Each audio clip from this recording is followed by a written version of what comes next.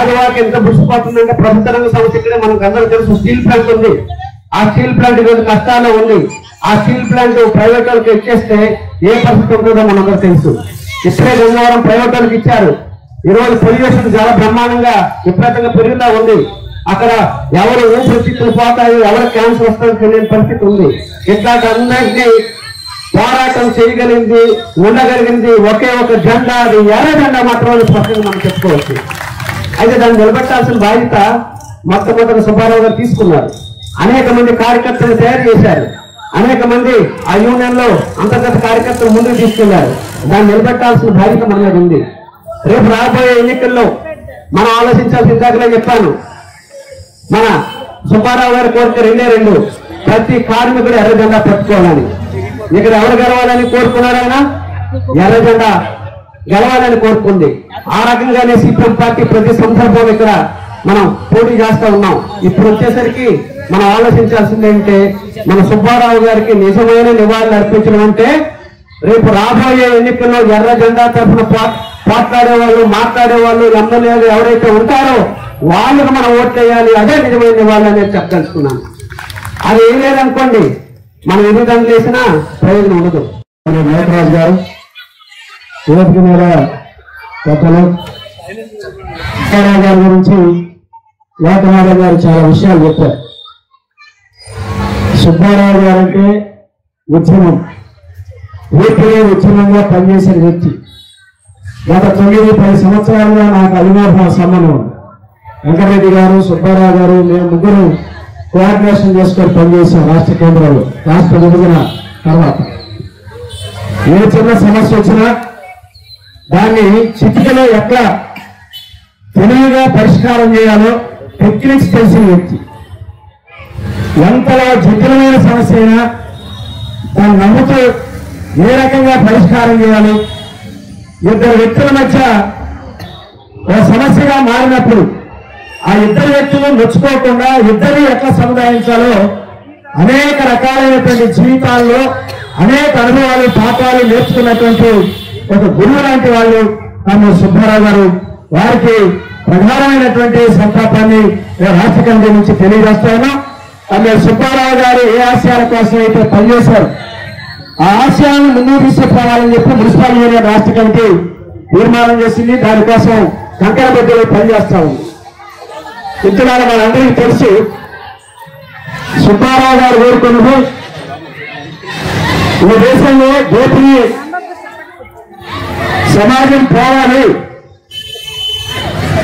దోపిడీ లేని పీడన లేని సమాజం రావాలని, కార్మిక వర్గ రాజ్యం రావాలి, కార్మిక వర్గ రాజ్యం, కార్మిక వర్గ నాయకత్వం రావాలని చెప్పి నమ్మారు. దానికోసమే ఆయన పనిచేశారు. అనేక ఆటుపాట్లను కట్టుకున్నారు, అనేక ఇబ్బందులు ఎదుర్కొన్నారు. అన్ని రకాల అనుభవించి నేల నుంచి ఆయన ఉద్యమంలో పనిచేశారు. చివరిలో 7 సంవత్సరాల క్రితం మొట్టమొదటిసారి ఆయనకు గొంతుకు సంబంధించిన సమస్య వచ్చినప్పుడు కరోనా టైంలో మేము పలకరించడానికి వచ్చాం ఆర్యవా ప్రాంతాల హాస్పిటల్కి. వాళ్ళే చెప్పారు, నేను ఎర్రజెండా చెప్తేనే పోవాలి, నా చివరి ఆశది ఆ ఎర్రజెండాతోనే నేను చివరి దాకా నిలబడాలనుకున్నాను, ఆ పంక్తులను ఉంటానని చెప్పారు. ఆ రకంగానే నిలబడ్డారు. ఎర్రజెండా ముద్దుగట్టిగా గాజువాక సుబ్బారావు. నేను ఒకరోజు ఆయన చనిపోయిన రోజు వచ్చా అంత్యక్రియకి. ఇక్కడే మన గాజువాక సెంటర్లో పూలదండ అమ్మాయి దగ్గరికి వెళ్ళాం. పూలదండలు తీసుకుంటారు విజయవాడ నుంచి వచ్చిన వాళ్ళు. ఇంటి దగ్గరికి రావటం లేట్ అయింది. మేము డైరెక్ట్ శ్మశానం కాడికి రావటానికి వచ్చాం. పూలదండల కోసం వెళ్ళి పూలదండలు అడిగాం. ఆ పూలదండలు అమ్మాయి అడిగింది, ఎవరి కోసం అండి పూలదండలు అని. అమ్మా సుబ్బారావు గారు, సిపిఎం సుబ్బారావు గారా అని. అంటే ఒక పూలదండలు అమ్మేవాళ్ళు కాదు, సామాన్య ప్రజానీకంలో నిరంతరం గుర్తుండిపోయే వాళ్ళ గుండెల్లో ఎదిగిపోయినటువంటి మనిషిగా సుబ్బారావు గారు ఉన్నారు. అందుకే ఆయన జీవితం అజరామరం అయిందని చెప్పేసి మేము భావిస్తా ఉన్నాం. గోపాల్ గారు, మన ముఖ్య అతిథులు సిపిఎం పార్టీ రాష్ట్ర కార్యదర్శి సభ్యులు డాక్టర్ కె లోకనాథన్ గారు, మున్సిపల్ ఫెడరేషన్ రాష్ట్ర ప్రధాన కార్యదర్శి డాక్టర్ కె ఉమామేశ్వర గారు, వేదిక ఉన్నటువంటి పెద్దలు, వేదిక ముందున్న పెద్దలు, మన ప్రీతం నాయకులు డాక్టర్ జి సుబ్బారావు గారి వర్ధంతో మారినటువంటి కార్మిక సోదరులు సోదరిమణులు కార్మికులు అందరికీ ముందుగా నమస్కారాలు తెలియజేస్తా ఉన్నాం. సుబ్బారావు గారి మృతికి పార్టీ జిల్లా కమిటీ నుండి శ్రద్ధాంజలి ఘటిస్తూ మనం ఈ రోజు ఈ వర్ధంతాన్ని ఎందుకు జరుపుకుంటున్నాం, సుబ్బారావు గారి ఆశయాలు ఏంటి, ఆ ఆశయ సాధన కోసం ఆయన జీవితకాలంలో ఏ విధంగా కృషి చేశారు, ఆయన ఆశయాన్ని ముందుకు తీసుకెళ్ళడం కోసం మనం ఏం చేయాలి అన్నది నిర్ణయం చేసుకోవడం కోసమే ఈ సభను జరుపుకుంటున్నాం. సుబ్బారావు గారి కృషి కోసం ఆయన డ్యూటీ విషయాలు ఆయన జీవితం కోసం ఆయన మార్గం నడిచే పని చూసుకునేటప్పుడు ప్రజల కోసం ఏ విధంగా సేవ చేయాలి, కార్మికుల కోసం ఏ విధంగా సేవ చేయాలి, సమయం వృధా కాకుండా మొత్తం కాలాన్ని ప్రజానీకం కోసం ఏ విధంగా వెచ్చించాలి అన్నది సుబ్బారావు గారిని చూసి నేర్చుకోవచ్చు. ఆయన ప్రభుత్వ రంగ సంస్థ ఉద్యోగ బిహెచ్పీ ఉద్యోగ బిహెచ్పీ సంస్థలో ఆయన అక్కడ ఉద్యోగం కోసం పనిచేశారు. ఆటోనగర్ ఉద్యోగ నిర్మాణానికి కృషి చేశారు. మున్సిపల్ రంగం కోసం కృషి చేశారు. అంతేకాక ఆటో ముఠ భవన నిర్మాణం తోపుడు బళ్ళు ఇతర అసంఘటిత కార్మికులు ఎవరైతే ఉన్నారో అన్ని రంగాల తాలూకా సంఘాలను ఏర్పాటు చేశారు. ఆ సంఘాలను ఏర్పాటు చేసి ఈ గాజువాడ జోన్లోను విశాఖ జిల్లాలో కూడా సంఘాలను ఏర్పాటు చేసి మన ముందు ఉంచారు. ఆయన ఆశయాన్ని ముందుకు తీసుకోవాలని చెప్పారంటే ఆయన నిర్మిత సంఘాలని మనం బలోపేతం చేయడం, ఆయన నిర్మిత సంఘాలని విస్తరించడానికి కృషి చేయడం, ఆయన నిర్మిత సంఘాలు ఏ ప్రాంతంగా లేవో ఆ ప్రాంతం నిర్మాణాన్ని కోల్పోవడం, ఇది మనం చేయాల్సిన కర్తవ్యం. ఆ విధంగా చేసినాడే సుబ్బారావు గారికి నిజమైన వాసం అవుతామని చెప్పని చెప్పదలుచుకున్నాం. అంతేకాదు ఆయన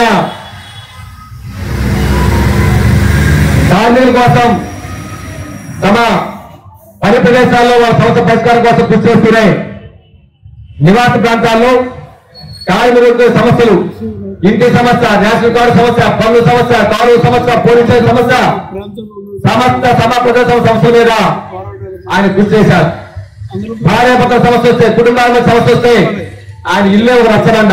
మీరు ఇల్లు సుబ్బారావు ఇల్లు చూస్తుంటారు. ఒక చెట్టు దిమ్మ. రాత్రి 10 అయినా 11 అయినా సరే తెల్లవారు 6-5 టైం ఏమి లెక్క లేదు. రాత్రి పనులు అక్కడ పంచాయతీ జరుగుతూనే ఉండేవాడు. ఆ విధంగా ఆయన ప్రజల మనిషిగా నిరూపించుకున్నారు. అందుకే సిపిఎం సుబ్బారావు అయ్యారు. ఆయన ఎవరైనా ఇంటి పేరు సర్నేమని చెప్తారు, కానీ సుబ్బారావు గారి పేరు చెప్తే సిపిఎం సుబ్బారావు గారు గాజువాతలు, అది ఆయన ప్రత్యేకత. కాబట్టి ఆయన నుంచి మనం నేర్చుకోవాలని చెప్పారంటే ప్రజల కోసం ఏ విధంగా సేవ చేయాలి, కార్మికుల కోసం ఏ విధంగా సేవ చేయాలి, వాళ్ళ స్థానిక సంస్థలు ఏ విధంగా కృషి చేయాలి, ప్రజల విద్యా సంస్థలు వస్తే వాటి విధంగా ఏది పరిష్కారం చేయాలని చెప్పని సుబ్బారావు కోసం జీవితం కోసం నేర్చుకోవచ్చు మనం. రెండవది ఆయన నమ్మిన సిద్ధాంతాన్ని తుది శ్వాస వరకు ఎన్ని ఆటుపోట్లు వచ్చినా సరే ఎర్ర జెండా వేరకుండా సిద్ధాంతాన్ని వదలకుండా చివరి శ్వాస వరకు తుది శ్వాస వరకు ఆయన నమ్మిన సిద్ధాంతం కోసం కట్టుబడి పనిచేశారు. ఏంటి ఆ నమ్మిన సిద్ధాంతం? ఇది ఈ దేశంలో సంపదంగా ప్రజలది. కొద్దిమంది ఆదాని అంబానీ కార్పొరేట్ చేతుల్లో పోగుపడతా ఉంది. రోజు రోజుకు నిరుద్యోగ సంస్థ పెరుగుతా ఉంది. ప్రజల సంస్థలు పెరుగుతున్నాయి. దారిద్ర్యం పెరుగుతా ఉంది. ఇటువంటి నేపథ్యంలో ఈ ప్రధానికానికి చెందాల్సిన సంపద కొద్దిమంది చేతుల్లో పోవడానికి వీల్లేదు. ప్రధాని చెందాల్సిన సంపద ప్రజలకే దక్కాలి. ఈ దేశంలో పేద గొప్ప ప్రాంతం లేనటువంటి సమసమాజం భారతదేశం నెలకొల్పాలని చెప్పే సిపిఎం పార్టీ సిద్ధాంతం. ఆ సిద్ధాంతాల కోసం కట్టుబడి నిబద్ధత పనిచేసిన వ్యక్తి మానవీయ సుబ్బారావు గారు.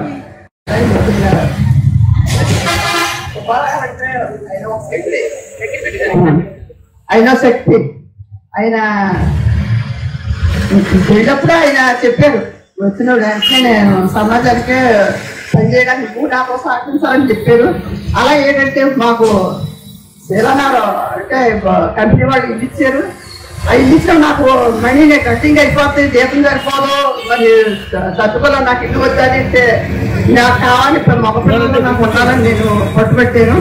అలాగే మీకు నేను సహకరించాలని చూసుకుంటానని చెప్పి ఆ కుటుంబ బాధ్యత నేను తీసుకోవడం జరిగింది. అలాగే నేను పార్టీలో పనిచేస్తాను, నేను నాకు కుటుంబంలో ఇంకా ఆర్థికంగా ఇబ్బంది అవుద్ది అని చెప్పి సరే ఆఫీసర్ నేను ఉండాలా 20 సంవత్సరాలు ఉన్నాం. ఆఫీసర్ ఇల్లు వచ్చి ఆఫీసర్ 20 సంవత్సరాలు ఉన్నాం. అలాగే ఉద్యమాల్లో కూడా మేము రామరావు గారు నాయకత్వంలో మేము అక్కడ 15 మంది సైనికులాగా పనిచేసేవాళ్ళం. కొండ మీద ఇల్లు బీకినప్పుడు పనుల మీద అలాగే ఆటనార్ల కంపెనీ మూసేసిన స్టీల్ ప్లాంట్ ముందు కూడా ప్రారంభం అయినప్పుడు కూడా మేము 12 మంది చనిపోయినప్పుడు అప్పుడు కూడా ఇందులో పాల్గొన్నాం, పోరాటంలో పాల్గొన్నాం. అలాగే హాస్పిటల్లో డాక్టర్ ఇంజక్షన్ చేస్తే మనిషి చచ్చిపోతారు. ఏదైనా పోరాటం అంటే ముందు ఉండాలని అవగాహన కల్పించి మమ్మల్ని అందరినీ కూడా మంచి కార్యకర్తలుగా తయారు చేశారు. అలాగే నన్ను ఏదైనా సమస్య వచ్చిందంటే అది సమస్య పరిష్కారం చేసుకోవాలి, ఎంత సమస్య గురించి డేలా పడిపోకూడదని చెప్పేవారు. అలాగే ఆయన అలాంటి వ్యక్తి మరి ఇంకా మరి నాకు భర్తగా ఉంటాం నాకు ఎంతో గర్వకారణం. అలాగే ఆయన ఏంటంటే ఈ పోరాటాలు ఉద్యమాలు ఇవన్నీ కూడా మళ్ళీ మనం పార్టీ బాగుంటే మనం బాగుంటాం ఏంటంటే చెప్పేవారు. నాకు మాట్లాడటం వచ్చింది కాదు, ప్రజలకు మాట్లాడమని వారు నాకు మాట్లాడటం వచ్చింది కాదు, నేను మాట్లాడలేని తప్పించింది కానీ ప్రతిదీ ఇప్పుడు అనిపిస్తుంది. నిజంగా ఆ రోజుల్లో ఆయన చెప్పినట్టు మాట్లాడుతుంది చాలా బాగుండేమో అని అనిపిస్తుంది. ఆయన మాత్రం చాలా కష్టపడ్డారు, చాలా ఎవరికి ఇష్టం లేకుండా టౌన్ నుంచి వచ్చి అప్పుడు వచ్చినప్పుడు ఎవరో ఒకరు వస్తే కుటుంబ సమస్యలని పిల్లల ఇంటర్ లేదని 10th క్లాస్ పిల్లలు తీసుకొచ్చి కూర్చోబెడితే వాళ్ళకి రాబోయే భవిష్యత్తు గురించి ఆ ఫ్యూచర్ గురించి చెప్పడం, వాళ్ళు మళ్ళీ బాగున్నారు తల్లిదండ్రులు చెప్పడం, ఆ కుటుంబాన్ని కూర్చోబెట్టి మా గంటలు మాట్లాడేవారు ఏది ఇసుకు రాదు మీకంటే ఆందోళనతో వచ్చినప్పుడు తీర్చాలి కదమ్మా అని అనేవారు. అలాగే నాకు అవార్డు కల్పించారు. నేను ఈ పార్టీలో ఇంత గట్టిగా నిలబడి మాట్లాడుతానంటే నాకు అవార్డు కల్పించారు. నేను అనేదాన్ని 100 మందికి ఒండి పెట్టమంటే ఒండి పెడతాను అంతే తప్ప నేను మాట్లాడలేనని అనేదాన్ని. మాట్లాడమని 2 మాటలు మాట్లాడాను, నేను మాట్లాడలేను, ఏదైనా చేయమని ఏదన్నా చేస్తాను. రాఘవ్ గారు అన్నారు మీరు ఏ పని చేయవసరం లేదు, అది స్థానం అయితే చాలన్నారు. అలాగే ఏ చిన్న పని చేసినా పెద్ద పని తింటే లెక్కని అనేవారు. అది నాకు బాగా మనసులో దాటిపోయింది. అలాగే నేను పార్టీ నేను వచ్చినప్పుడు కానీ పార్టీ మాత్రం పనిచేస్తానని అలాగే ఆశయాలతో మనం పనిచేస్తే వాళ్ళ మరణం రాజులోక ఉద్యమానికి అట్లాగే మున్సిపల్ ఉద్యమానికి చేరినట్టు లోటు, ఆయన లోటు పూరించలేనటువంటిది. దాన్ని పూరించడానికి జీవీఎంసీ కమిటీ ఎవరైతే ఉన్నారో, నాయకులు ఎవరైతే ఉన్నారో వాళ్ళు అంతా కూడా కలిసి దీన్ని పూరించడానికి ప్రయత్నం చేస్తామని చెప్పి తెలియజేస్తున్నాము. సుబ్బారావు గారికి నాకు మా కాంబినేషన్ చూసి ప్రతి ఒక్కరు కూడా సంతోషపడేవారు, పార్టీలో కానీ సిఐటిలో కానీ. ఇద్దరం కలిసి అట్లా తిరుగుతూ సమస్య మీద ఇదేం కాదు సమస్య పరిష్కారం ఏమిటనే పద్ధతుల్లో ఆ రకంగా చర్చించుకొని చేసేవాళ్ళము. ఆ విధంగా మేము ఒక 700 మందితో స్టార్ట్ అయినటువంటి మున్సిపల్ యూనియన్ని 7,000 మందికి సభ్యత్వం పెరగడానికి రాష్ట్రంలోనే ఒక పెద్ద సంఘం. ఉమ్మడి రాష్ట్రం అనేటువంటి కూడా ఆ రకమైనటువంటిది విశాఖపట్నం జీవీఎంసీ యూనియన్ అంటే అప్పుడు కూడా ఎక్కువ సభ్యత్వం ఉన్నటువంటి సంఘంగా అందరూ కూడా చెప్పుకున్నటువంటి వాళ్ళు. లైవ్గా నిరంతరంగా ఏదో సమస్య మీద ఉద్యమాలు నడుపుకున్నటువంటి సంఘం జీవీఎంసీ యూనియన్. మేము ఓకే, అది ఎవరికైనా ఏ సంఘానికైనా ఉపయోగపడేది ఏమిటంటే, మేము ప్రముఖ వ్యూహం పొందేవాళ్ళం సుబ్బారావు నేను మా సంఘం. ఏమిటంటే యజమానికి నోటీస్ ఇచ్చి డిమాండ్ ఇచ్చి సంఘ నోటీస్ ఇచ్చిన తర్వాత బయట మేము పోరాటం చేసేవాళ్ళని, లోపల మన కార్పొరేట్లు ఎవరైతే సిపిఎం కార్పొరేట్ ఉన్నారో కౌన్సిల్లో బొట్ట యశ్వంత్ గారిని ఆ విధంగా లోపల ఒత్తిడి చేయించేవాళ్ళని, మూడవది లేబర్ కమిషన్ ద్వారా ఈ యొక్క జీవన్స్ మీద ఒత్తిడి తీసుకొచ్చేవాళ్ళని. ఆ రకం 3 వైపులో కూడా దిగ్బంధం చేయడం ద్వారా జీవన్స్లో ఈ యొక్క అచీవ్మెంట్ అని ఉన్నటువంటిది 1000 రూపాయల దగ్గర నుంచి 21,000 రూపాయలు సాధించుకోవడానికి మేము ఆ రకమైనటువంటి కృషి చేయడం జరిగింది. ఏదో మామూలుగా సమ్మె చేసేస్తానో పోరాటాలు దాదాపు చేసేస్తానో వచ్చేది కాదు. సాకచక్యంగా అందులో ముఖ్యంగా సుబ్బారావు గారు ఏ విధంగా అధికారుల డిప్లొమసీ ఏ విధంగా కన్విన్స్ చేయాలి, ఏ విధంగా ఒకవేళ వెళ్ళిపోయే టైం వచ్చేటప్పుడు కూడా ఏ రకంగా దాన్ని సాల్వ్ చేయాలనేది మళ్ళీ దగ్గర కూర్చే పద్ధతిలో చేసేవారు. ఆ రకంగా ఇద్దరు కూడా ఆ రకమైనటువంటి సమన్వయంతో పనిచేయడం అనేది జరిగింది. అట్లాంటి లోటు ఇప్పుడు ఈ రోజు సుబ్బారావు లేకపోవడం అన్నది లోటు ఇప్పటికీ మాకు కనబడుతూ ఉంది. ఉదయమే మద్దిలపాలెంలో కూడా సుబ్బారావు గారి వర్ధన్ సభ మున్సిపల్ వర్కర్స్ తో జరిగింది. మొన్న పార్టీ బాడీ కమిటీ సమావేశం మణిగారి ఇంట్లో జరిగింది. ఆ ఇంటికి వెళ్ళగానే ఆ కుర్చీలో సుబ్బారావు గారు ఇంకా కూర్చొని ఉన్నట్టే కనబడుతూ ఉంది. సంవత్సరం అయిపోయింది అప్పుడే. ఏమీ కాకుండా సంవత్సరం తిరిగిపోయిందా అని ఆశ్చర్యం వేసింది. చాలా మంది రాజకీయాల కోసం మాట్లాడారు మన పెద్దలందరూ, ఇతర విషయాలు కూడా చెప్పారు. సుబ్బారావు గారు అంత బాగా పనిచేశారా అంటే మణిగారి సహాయం లేకుండా ఆయన పని చేయలేరు అనేది స్పష్టంగా కొండ మొదలుగొట్టాడు చెప్పచ్చు. ఎప్పుడు ఆ ఇంటికి ఎవరు వెళ్ళినా వాళ్ళ ఇంట్లో ఉండేది ఇద్దరే. నలుగురు వెళ్ళినా నలుగురికి భోజనం పెట్టే తల్లి ఆవిడ. మన మున్సిపల్ యూనియన్ సగం మీటింగ్లన్నీ వాళ్ళ ఇంట్లోనే జరుగుతూ ఉండేవి. మన వార్డు కమిటీ సమావేశాలన్నీ అక్కడే జరుగుతూ ఉండేవి. మొన్న కూడా మేము వెళ్తే అప్పుడు కూర్చున్న వాళ్ళందరికీ ఇంట్లో స్వీట్లు తీసుకొని ఇచ్చారు ఆవిడ. ఎక్కడ అంటే ఎక్కడే వాళ్ళు వస్తూ ఉంటాయి మా ఇంట్లో అని, ఒక అక్షయ పాత్రలాగా ఎప్పుడు అవి వస్తూనే ఉంటాయి. ఏమైనా సుబ్బారావు గారు లేని లోటు ఈరోజు స్పష్టంగా కనబడుతుంది. ఒక పెద్ద యూనియన్, మున్సిపల్ యూనియన్, ఒక్క మున్సిపల్ యూనియనే కాదు, గాజువాక లాంటి ఒక పారిశ్రామిక ప్రాంతంలో అనేక యూనియన్స్ ని ఏర్పాటు చేయడంలోనో దాన్ని నడిపించడంలోనో ఆయన కృషి అమోఘమైన కృషి చేశారు. ఆ తరం తాలూకా నాయకత్వాన్ని అందిపుచ్చుకునే పరిస్థితి కనబట్టలేదు. కాబట్టి ఒక సుబ్బారావు గారు చేసిన పని ఈ రోజున ఒక సమూహంగా కొన్ని మంది కలిపితే తప్ప ఆ పని చేయలేని పరిస్థితి ఏర్పడుతుంది.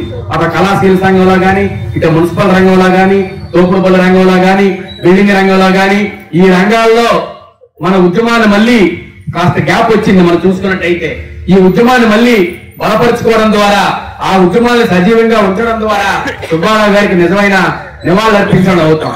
ఇప్పుడు మనుషులు ఉన్నప్పుడు వాళ్ళ విలువ తెలియదట, చనిపోయిన తర్వాత వాళ్ళ విలువ తెలుస్తుంది. ఆ రకంగా సుబ్బారావు గారు ఎంత పని చేశారా, ఏ మారుమూలు ప్రాంతాలకు వెళ్ళినా ఆయన పేరు వినబడలేంది, కనబడలేంది అక్కడ ఉండదు. ఆ రకంగా తరులో నాలుకంటాం కదా, ఆ రకంగా ప్రజల్లో, కార్మికుల తాలూకా హృదయాల్లో చిరస్థాయిగా ఆయన నిలబడ్డాడు.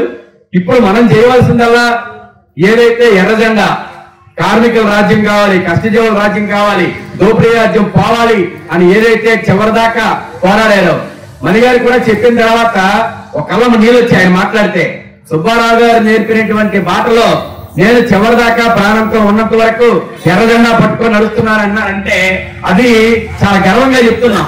ఆ రకంగా ఎంతో ధైర్యం ఉంటే తప్ప చెప్పలేం. ఆ రకంగా ఉన్నటువంటి పెద్దలు, వేదిక మీద ముందున్నటువంటి మిత్రులు అందరికీ కూడా ముందుగా నమస్కారం. సరే, ఈరోజు సుబ్బారావు గారి వర్ధంతి సభ జరుగుతూ ఉంది. గత సంవత్సరం ఇదే రోజు ఆయన చనిపోవడం అనేది జరిగింది. సరే, ఎందుకు ఈ వర్ధంతి సభలు జరుపుకుంటాం అనేది మనం ఒక్కసారి ఆలోచించాలి. నా ముందు మాట్లాడినటువంటి నాయకులు చాలా మంది చాలా విషయాలు చెప్పారు. ఎందుకంటే ఆయన గాజువాకలో సిపిఎం సుబ్బారావు గారు అంటే తెలియని వారు ఉండరన్నది నేను అనుకుంటా ఉన్నాను. కారణం ఏంటంటే ఇక్కడ ఏ సమస్య వచ్చినా ఆయన ఒక ట్రేడ్ యూనియన్ లీడర్గానే కాదు, స్థానిక సమస్యలు వచ్చినా, కుటుంబ సమస్యలు వచ్చినా, లేకపోతే ఏదైనా పోరాటం వచ్చినా వీటన్నిటిలో కూడా ఆయన పాల్గొని జయప్రదం చేసినటువంటి పరిస్థితులు అనేవి ఉండేవి. అంతేకాదు ఈరోజు ఎక్కడ ఏ కాలనీలో, ఇక్కడ విశాఖపట్నంలో గాజువాక నియోజకవర్గంలో ఉన్నటువంటి కాలనీలో ఆవిర్భవించినప్పుడు అది దశమకొండ కాలనీయా, లేకపోతే సుందరయ్య కాలనీయా, లేకపోతే తారక రామనగర్ కాలనీయా, ఏ కాలనీ చూసుకున్నా సరే ఆ కాలనీ యొక్క దీనిలో ఆయన యొక్క పాత్ర లేకుండా ఉన్నటువంటి పరిస్థితి లేదు. అంతేకాదు మీకు ఒకటి చెప్తా ఉన్నాను, గంగవరం కోర్టు విషయంలో మేము సుబ్బారావు గారు కలిపి దాదాపు 40-45 రోజులు జైల్లో ఉన్నాం.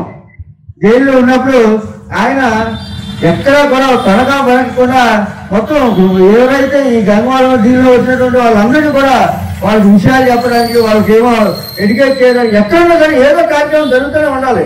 తద్వారా కార్మికుల్ని అలాగే కార్యకర్తలను ఎడ్యుకేట్ చేసేదానికి ఆయన యొక్క ప్రయత్నం అనేది చేయడం అనేది జరిగేది. ఇలాగే పెద్దలు లోకనాథన్ గారు, కోమేశ్వర గారు చెప్పారు, ఆయన ఏ ఆశయం కోసం అయితే పనిచేశాడో ఆ ఆశయాన్ని నిలబెట్టేదానికి తన జీవితాంతం కృషి చేశాడు. అలాగే ఎర్రజెండా నేలలోనే ఆయన చనిపోవడం అనేది జరిగింది. అయితే నేను మీకు ఒకటే చెప్పదలుచుకున్నాను, ఏదైతే ఈ దేశంలో ఉన్నటువంటి పేదలకి, కార్మికులకి, సామాన్యులకి న్యాయం జరగాలని చెప్పి ఎర్ర జెండా కోరుకుంటుందో ఆ ఎర్ర జెండా పార్టీ ఈ రోజు గాజువాకలో నిలబడతా ఉంది. గాజువాక నియోజకవర్గంలో నిలబడడానికి కారణం ఏంటంటే ఈ రోజు ఇది ఒక పబ్లిక్ సెక్టర్ కేంద్రం. ఈ పబ్లిక్ సెక్టర్ కేంద్రంలో ఏదైతే మన కోసం విడిపించేవాళ్ళు ఇప్పటివరకు మన ఆర్థిక కోరికలు తీసుకురావడమే కాదు, మన ఆర్థిక కోరికలతో పాటు మనకి వెనుకలుగా నిలబడేదాన్ని చట్టసభలో మనం ఏదైతే స్ట్రీట్ ఫైట్ చేస్తా ఉన్నాం, రోడ్ల మీద పోరాటాలు చేస్తా ఉన్నాం, కానీ ఆ పోరాటంతో సరిపోదు. చెప్పారు జిమ్ముకు వివాహమని, ఆ విధంగా రెండో వివాహాన్ని కూడా మనం ఉపయోగించుకోవాలి. ఎందుకంటే ఆ విధంగా ఉపయోగించుకుంటేనే రేపు చట్టసభలో కూడా మన వాడిని, ఎందుకంటే మనం గెలిచేస్తే ఏదో అధికారంలోకి వచ్చేస్తామని లేకపోతే రాష్ట్రాన్ని మన చేతిలో తీసుకొచ్చేస్తామని చెప్పదలుచుకోలేదు. కానీ సిపిఎం వాళ్ళు కానీ ఆ యొక్క సభలో ఉంటే మన యొక్క ప్రజావాణి ఆ సభలో నిలబెట్టడానికి, వినిపించేదానికి, మన సమస్యలు పరిష్కరించుకోవడానికి ఇది ఒక ఉపయోగంగా ఉంటుంది. కాబట్టి ఏదైతే సుబ్బారావు గారు ఆశించాడో ఆ ఆశయాన్ని ముందుకు తీసుకెళ్లేదానికి ఇప్పుడు గోదావరి నియోజకవర్గంలో పోటీ చేస్తున్నటువంటి జగ్గునాయుడు గారిని గెలిపించుకోవడం ద్వారా మన యొక్క సుబ్బారావు గారి ఆశయాన్ని నిలబెట్టిన వాళ్ళు అవుతాం. అలాగే మన సమస్యల పరిష్కారానికి ఒక దారి చూపించుకునే వాళ్ళు అవుతాం అని చెప్పి తెలియజేస్తూ నాకు ఈ చక్కగా అవకాశం అందరూ కూడా ధన్యవాదాలు తెలియజేసుకుంటూ తెలియజేసుకున్నాను. Thank you. ముందుగా వేదికను అలంకరించిన నాయకత్వానికి, అట్లాగే ఈ ప్రథమ వర్ధంతి సభకు ఇచ్చేసినటువంటి సోదర సోదరి మనులందరికీ 5వ విశాఖ జిల్లా తరఫున నమస్కారాంజలి.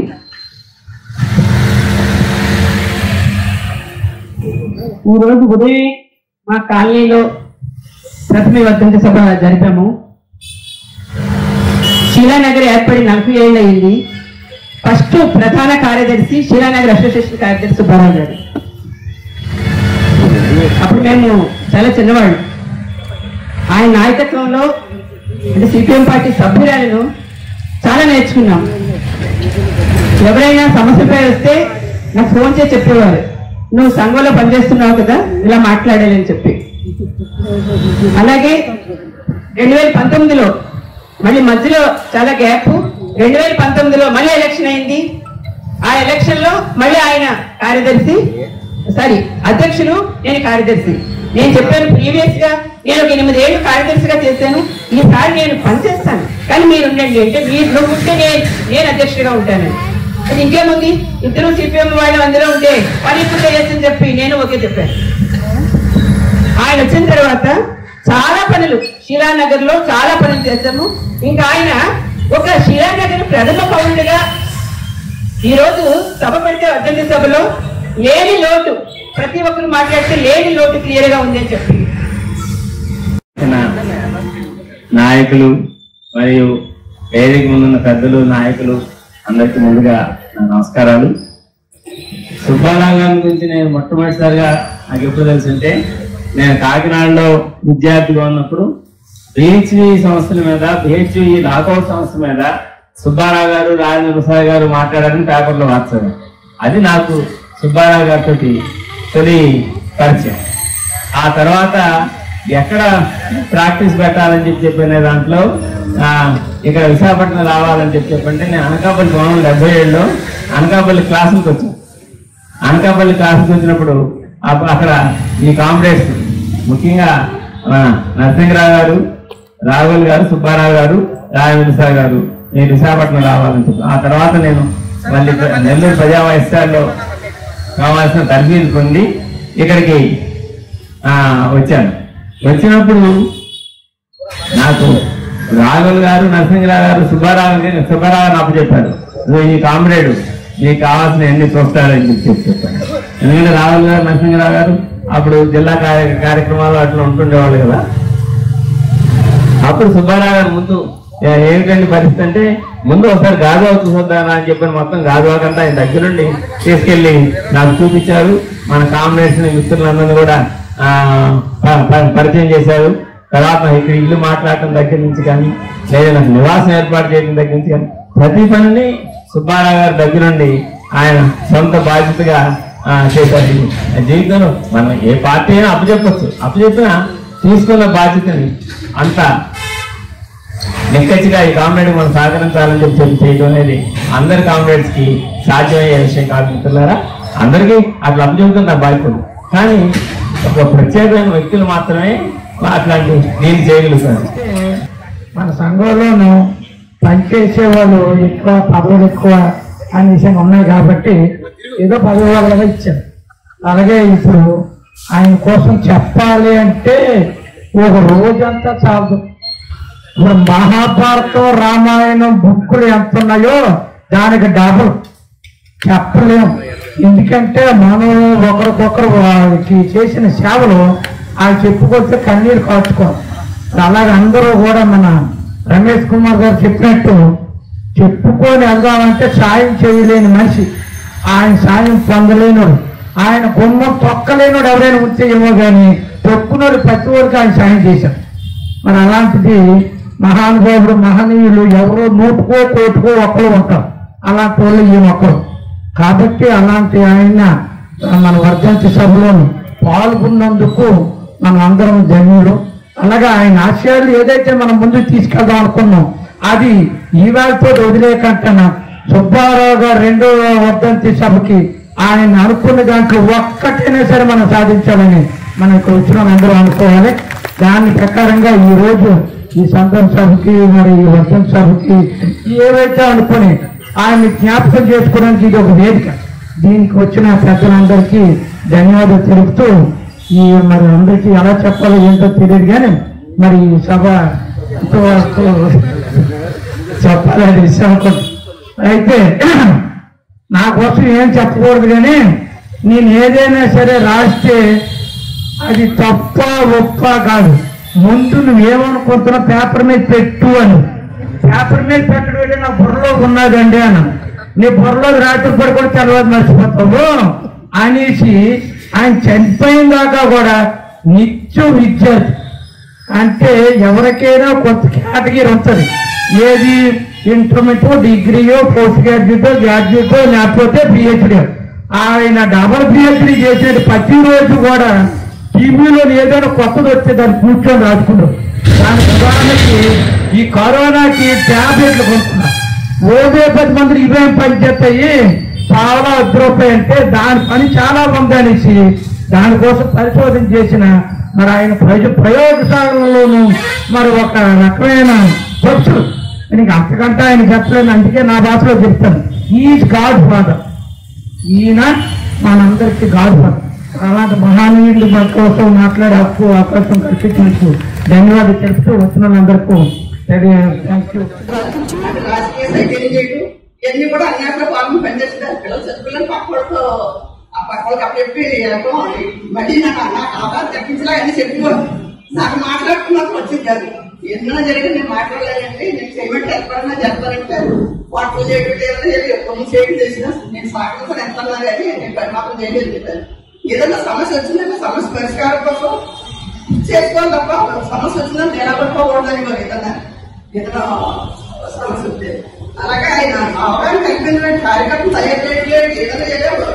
ఆయన ఓపుగా కూర్చొని చెప్పడం పిల్లల్ని చాలా మంది వెంటనే జరిగిన పిల్లలు మాట్లాడలేదని పెళ్లిగా ఉంటాయి కూర్చోబెట్టి అది కూర్చునేయడం అసలు ఎలా కూర్చో అయితే కూడా కళ్ళ కట్టుకుంటే కూర్చోబెట్టి అవి చెప్పడం అది మళ్ళీ మా పిల్లలు బాగా చెప్పిన తర్వాత అది చెప్పడం నాకు ఎంతో సంతోషం అనిపించింది. ఆయన మాట్లాడుతుంటే అని తప్పు తీసుకుంటా తప్పు తీసుకుంటూ ఆలోచించి తర్వాత నేను మాట్లాడుతుంటే చెప్తుంటే అంతట్లో ఎంత అనిపిస్తుంది. ఆయన ఊరికి అసలు అలాంటి ఓకే అవ్వకుండా అలాగే పార్టీలో కూడా ఆయన ఏ సమస్య వచ్చినా సమస్య ఇక్కడ పేపర్ల పాల్గొంటే అంటే 10 మంది పోయేసి మరి ఇంకొచ్చేది ఇంట్లో వాటి చేయలేదు చేయలేదు 10 నిమిషాలు మళ్ళీ కార్యక్రమం 10 నిమిషాలు వచ్చి చేయలేదు. అలాగే చేసేవాడు. అంటే ఆయన ఈ పార్టీ మీద సమాజం మీద చెప్తా ఆయన చెయ్యాలి తప్పన ఎంతసేపు ఏదో చెయ్యాలి ఏదో ఆ టౌన్ ఏదో చేయాలి ఇలా ఇంటికంటే జనం కూర్చున్నారు. కూర్చుని సుబ్బారావు వస్తానండి రాలేదు సరిగా వచ్చి ఆయన రెస్టారెంట్ అసలు తీసుకోవడం నాకు ఇష్టం లేదని నాకు తీసుకుంటే నాకు ఇష్టం లేదు చేతను పోవాలండి. ఆయన చేసి ఆయన చేసి మాకు నేను కూడా వెళ్ళాలని నాకు తీసుకుని అలాగే